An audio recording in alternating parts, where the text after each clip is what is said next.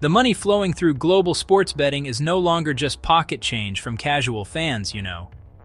We are talking about institutional capital, sovereign wealth funds, private equity giants, shadowy investment syndicates, portfolios that span the globe.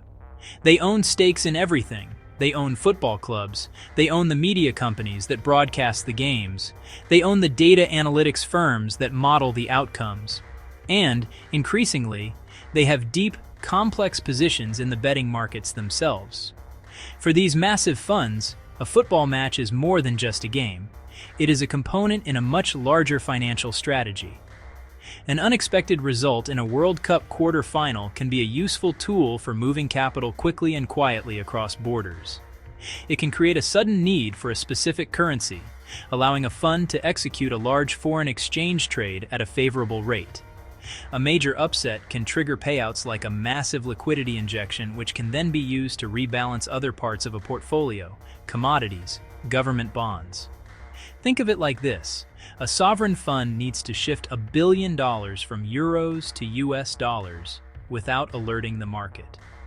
A sudden, massive payout on a football upset, concentrated in a specific betting jurisdiction, can create the noise and the financial churn needed to mask the larger transaction. The upset is not the goal in itself. It is the catalyst. It is the smokescreen. The outcome of the game becomes a strategic lever in a global financial operation. This connects the dots between a referee's decision in Doha and a currency trade in Singapore. The lines of influence are no longer simple or direct. They are systemic. The same capital that has a vested interest in a club's success might also have a financial instrument that profits from its occasional spectacular failure. In this context, a miracle upset looks less like David beating Goliath and more like a planned demolition. This system does not require a smoky backroom filled with villains.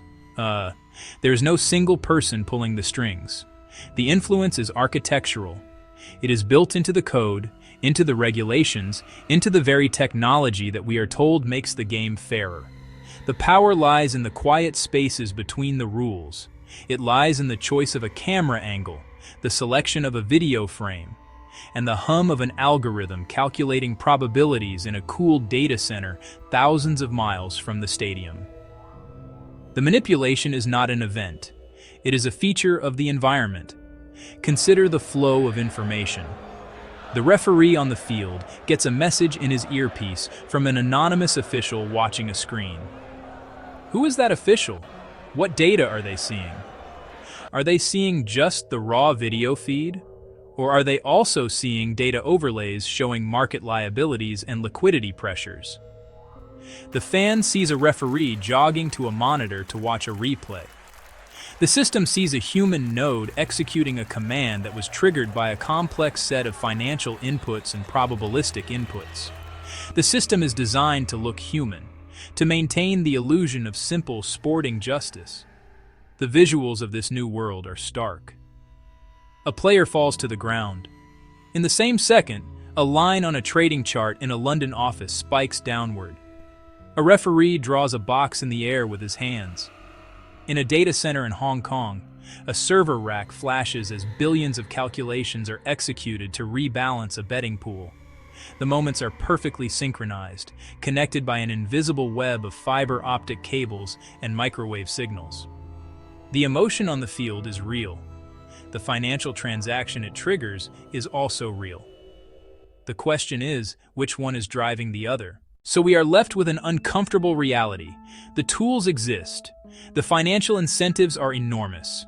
The technology to influence outcomes with plausible deniability is already in place. It is not a matter of proving a specific crime, of finding a smoking gun. It is about recognizing that the game is now played within a digital architecture designed by and for the markets themselves. When 92% of the public's money is on one side, the system is under existential stress. The book must survive. A surprise becomes a release valve. An upset becomes a function. A miracle becomes a necessary and profitable mathematical correction.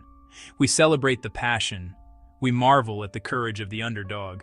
The joy that erupts in the stadium is genuine. The tears of the defeated are real. None of that is fake. But we must have the courage to ask what is happening behind the curtain, beyond the reach of the cameras. We must ask who benefits from the blind spots in our technology. Who writes the algorithms that manage the flow of billions? Who owns the entire ecosystem, from the player's contract to the broadcast rights to the betting slip? The game on the field has become inseparable from the game on the trading floor. The story we are sold is one of will, of heart, of a ball that can roll in any direction. It is a story of glorious, unpredictable chaos. But the systems that now surround the game are built for the exact opposite purpose: to control chaos, to manage uncertainty, and to guarantee outcomes. If not on the scoreboard, then always on the balance sheet. The ball still rolls, the players still run, the fans still sing, but the context has changed forever. The purity we long for may now be just another product, packaged and sold back to us. When the final whistle blows on the next shocking World Cup upset and the commentators scream about a miracle, you will have to wonder. You will see the flags waving and the players celebrating, a perfect, emotional scene ready-made for the history books. But in the back of your mind, a question will linger, sharp and cold and persistent. In a world run by data and capital, are you watching a miracle unfold? Or are you watching the final scene of a script that was quietly priced in weeks ago? Miracle or priced script? As the comments section inevitably explodes into debate, ask yourself the final, unsettling question. Is sports betting truly a harmless personal liberty of adult entertainment? Or is it a catastrophic, state-sanctioned psychological weapon designed to ensure the poor stay broke? Thank you for watching Culture Uncoded. Smash the subscribe button, drop a like, and fight it out in the comments below. We will see you in the next uncoding.